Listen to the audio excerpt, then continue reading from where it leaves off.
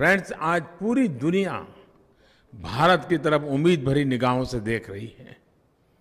हम आज दुनिया में सबसे तेजी से बढ़ने वाली बड़ी अर्थव्यवस्था है।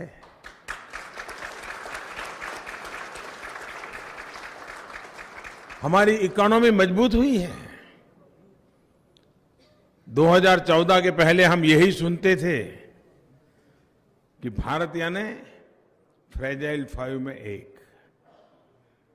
हम तो डूबेंगे सनम, तुम्हें भी ले डूबेंगे। आज बड़ी इकोनॉमी में दुनिया में सबसे तेज गति से आगे बढ़ने वाली इकोनॉमी है और अगले कुछ ही साल में भारत 5 ट्रिलियन की अर्थव्यवस्था बनने की तरफ तेजी से कदम बढ़ा रहा है। 5 ट्रिलियन की क्लब में हम होंगे, वो दिन दूर नहीं होगा।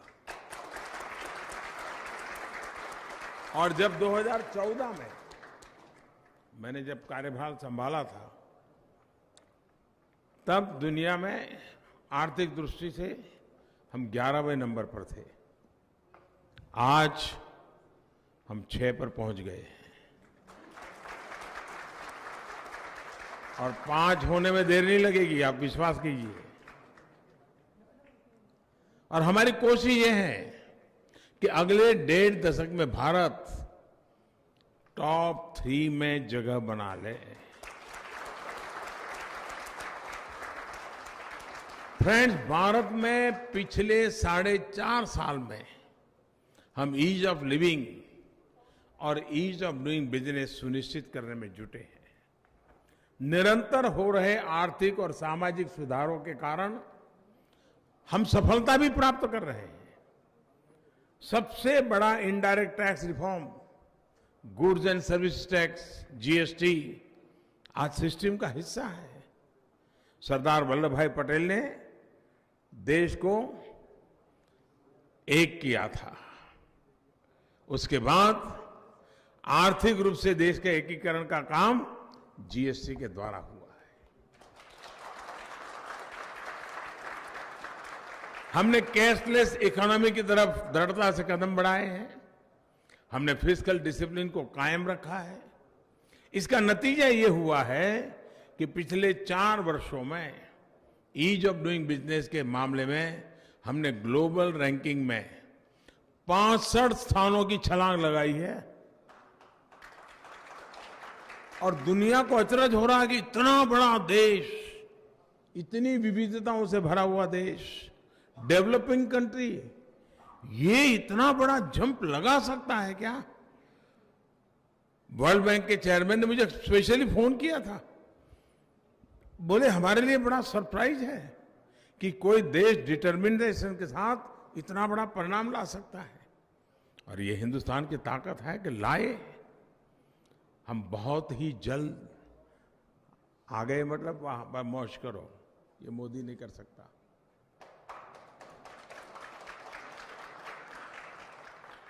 और मैंने जिस दिन ये परिणाम आया, इतना बड़ा जंप लगाया, लोग खुशी मना रहे थे। मैंने कहा मुझे वादा करो 50 में कैसे जाएंगे, टॉप 50 में भारत कैसे अपनी जगह बनाएगा। फ्रेंड, दुनिया में भारत को इन्वेस्टमेंट के लिए सबसे ब्राइट स्पॉट माना जा रहा है।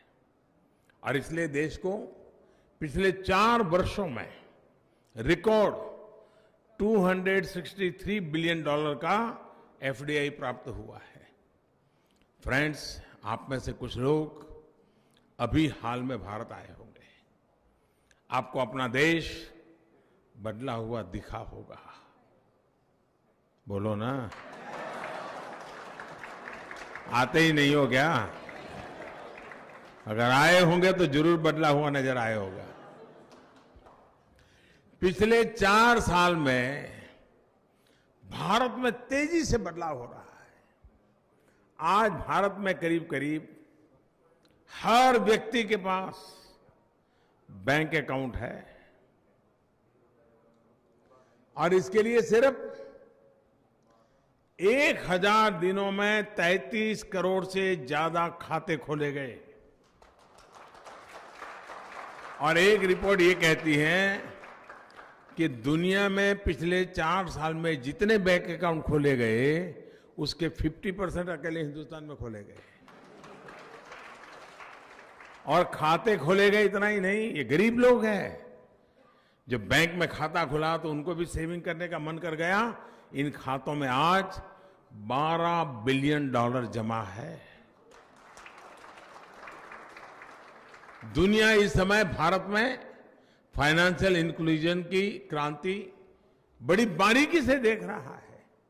मुद्रा योजना के तहत 128 मिलियन लोगों को $90 बिलियन से अधिक का माइक्रो क्रेडिट दिया गया है। और आपको जानकर के खुशी होगी, इनमें से 74% ऋण लेने वाली महिलाएं हैं और अधिकतम फर्स्ट टाइमर है। बैंक का दरवाजा पहली बार देखा, बैंक से पैसा पहली बार लिया, यानी ये कितना बड़ा रिवॉल्यूशन है आप अंदाज लगा सकते हैं। सामाजिक सुरक्षा के लिए आज एफोर्डेबल पेंशन स्कोर और इंश्योरेंस की ऐसी स्कीम है जिसमें 90 पैसे लेकर, यानी 90 पैसे से लेकर के ₹1 तक का प्रीमियम है। 90 पैसे कुछ नहीं होता है जी। इतने से प्रीमियम से गरीब व्यक्ति का 2-2 लाख रुपए का इंश्योरेंस पक्का हो रहा है। आज दुनिया की सबसे बड़ी health insurance scheme Ayushman Bharat, लोग उसको मोदी केयर के नाम से जानते हैं, 50 करोड़ लोगों को मुफ्त इलाज मिल रहा है। यानी 50 करोड़ लोगों को मुफ्त इलाज मतलब अमेरिका, कनाडा, मैक्सिको, इनकी टोटल पॉपुलेशन से ज्यादा। और ये हिंदुस्तान कर रहा है।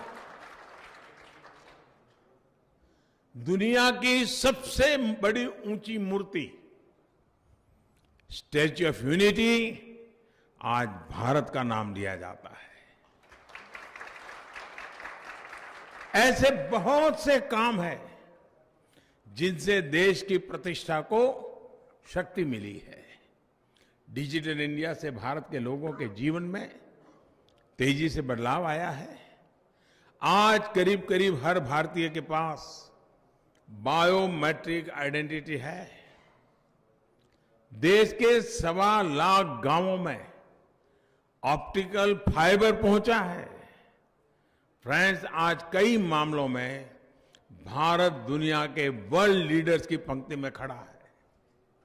विश्व में टीबी के खात्मे के लिए दुनिया ने 2030 टारगेट बनाया है। भारत में ये टारगेट 2025 रखा है।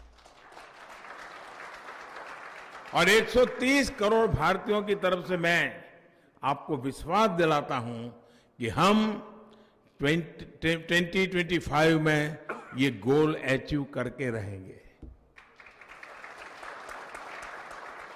आज क्लीन एनर्जी के मामले में हम दुनिया को रास्ता दिखा रहे हैं। इंटरनेशनल सोलर अलायंस की स्थापना और गति देने की हमारी पहलों से भारत ग्लोबल लीडरशिप से ग्रीन इकोनॉमी दोनों की तरफ तेजी से बढ़ रहा है। आज हमारा देश दुनिया में रिन्यूएबल एनर्जी का 6ठा सबसे बड़ा उत्पादक बन गया है। आज दुनिया भर में भारत की प्रतिष्ठा बढ़ी है। आप अनुभव करते हैं कि नहीं करते? लोग हाथ मिलाते हैं तो छोड़ते हैं क्या? इंडिया पकड़ के रखते कि नहीं है? ये बदलाव आया है। फ्रेंड, मैं आपसे ये भी आग्रह करता हूं कि आप भारत के सकारात्मक विकास की जानकारियां को अपने कोरियन मित्रों के साथ साझा करें। मेक इन इंडिया आज ग्लोबल ब्रांड बन चुका है। कोरिया जैसे मित्र देशों के साथ मिलकर हम इलेक्ट्रॉनिक्स मैन्युफैक्चरिंग का बहुत बड़ा हब बनना चाहते हैं। फ्रेंड्स, आज भारत में एक नई ऊर्जा दिखाई पड़ रही है। इसी ऊर्जा के प्रतिनिधि के रूप में कल मुझे सोल पीस प्राइज का सम्मान दिया जाएगा।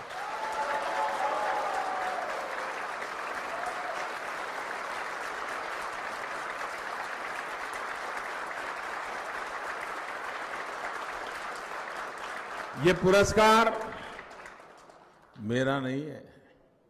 मैं तो बस 130 करोड़ भारतीयों की तरफ से और 3 करोड़ प्रवासी भारतीयों की तरफ सिर्फ उसको स्वीकार करने के लिए आया हूं। ये पुरस्कार हर भारतीय के पुरुषार्थ का सम्मान है, हर हिंदुस्तानी नागरिक के पुरुषार्थ का सम्मान है। ये पुरस्कार उस मेहनत को मान्यता देता है जो पिछले 4 साल में भारतीयों ने लगातार दिन रात की है। मैं एक बार फिर से मैं देश का मान बढ़ाने के लिए आप सभी का आभार व्यक्त करता हूं और इस देश में आपकी तरक्की और उपलब्धियों के लिए मेरी तरफ से बहुत बहुत शुभकामनाएं देता हूं। हमारे यहां कुंभ का मेला नया नहीं है। नई पीढ़ी के लोग जाते होंगे कि नहीं जाते होंगे मुझे मालूम नहीं है, लेकिन आपके यहां जो पुरानी पीढ़ी के लोग होंगे उनका मन करता है कि जरूर कुंभ के मेले में जाए। हमारे देश के त्योहार, इस प्रकार के मेले, वो उसका चित्र मन में आते ही एक निश्चित प्रकार की छवि उभर करके आती है। लेकिन आपको जानकर के खुशी होगी कि भारत, यानी कुंभ का मेला छोटा नहीं होता है जी। हर दिन गंगा के तट पर यूरोप का एक देश डेली इकट्ठा होता है वहां।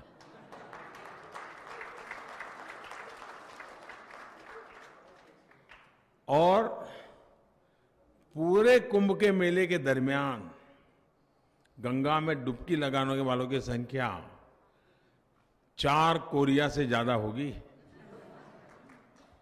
यहां की जनसंख्या से 4 गुना लोग उस गंगा में स्नान करेंगे जब ये कार्यक्रम पूरा होगा। तो कितनी बड़ी ताकत। और पहली बार ये ध्यान में आया है कि जो भी कुंभ के मेले में गए हैं उन्होंने मेले की व्यवस्था और मेले की स्वच्छता इसकी चर्चा व्यापक रूप से की है। वरना हमारा स्वभाव था ऐसी चीजों की तरफ हमारा ध्यान नहीं था। हमको आदत हो गई, अरे चलता है चलो यार। पहली बार न्यूयॉर्क टाइम्स ने कुंभ मेले की चर्चा करते हुए कुंभ मेले की स्वच्छता का विशेष रूप से उल्लेख किया है। ये देश अगर ठान ले क्या कर सकता है, इसका जीता जागता सबूत इस बार का कुंभ का मेला है। दोस्तों, देश बहुत तेजी से बदल रहा है, देश बहुत तेजी से आगे बढ़ रहा है। टूरिज्म विकास के लिए एक बहुत बड़ी ताकत है और मैं जहां भी जाता हूं भारतीय समुदाय से मुफ्त में मिलता नहीं हूं, बदले में कुछ मांगता हूं। देंगे? सब कह देते हैं मोदी कहाँ दोबारा आने वाला है पूछने के लिए, हैं? और आज वो चला गया, अब 4 साल के साथ 3 साल के बाद आएगा, कौन याद रखेगा? मैं ऐसा नहीं, मैं तो पूछूंगा। मांगू? आवाज ढीली हो जाती है। सचमुच में मांगू? क्या हमारा हर हिंदुस्तानी जो दुनिया में रहता है, कहीं आप पढ़ते होंगे, कहीं फैक्ट्री में काम करते होंगे, कहीं मैनेजमेंट में काम करते होंगे, तो लोकल लोगों से आपका संपर्क आता ही होगा, स्वाभाविक आता होगा। क्या आपने मन में ठानी है कि हर वर्ष कम से कम 5 नॉन इंडियन फैमिली को हिंदुस्तान देखने के लिए धक्का मारूंगा?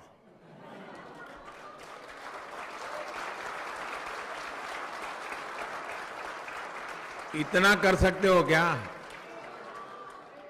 अगर सिर्फ विश्व में फैले हुए हिंदुस्तानी ये तय कर ले कि मैं देश में जाकर के इन्वेस्टमेंट करूं या न, हर एक के पास कहाँ पैसे हैं भाई, वो अपना जिंदगी गुजारा कर लेता है, थोड़ा बहुत बचा लेता है। लेकिन देश सेवा में एक काम जरूर कर सकता है कि मैं एक साल में कम से कम 5 नॉन इंडियन फैमिलीज को भारत देखने के लिए प्रेरित करूंगा, प्रोत्साहित करूंगा, जाने में मदद करूंगा। आप कल्पना कर सकते हैं भारत का टूरिज्म कितना बढ़ सकता है,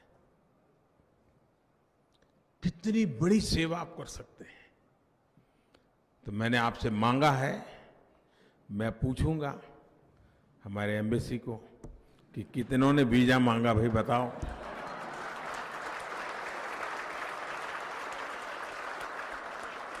और मेरा मत है हिंदुस्तानी वादा करता है तो निभाता है।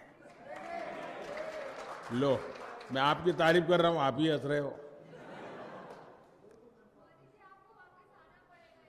मैं आऊंगा, मैं बार बार आऊंगा, आप चिंता मत कीजिए। लेकिन जब मैं आऊंगा तब फिर से पूछूंगा ये। देखिए, देश की बहुत बड़ी सेवा होगी। मैं फिर एक बार ऐसे ठंड के माहौल में भी आप यहाँ आए, आपने मुझे आकर के आशीर्वाद दिया, इसके लिए मैं आपका बहुत बहुत आभारी हूं। धन्यवाद।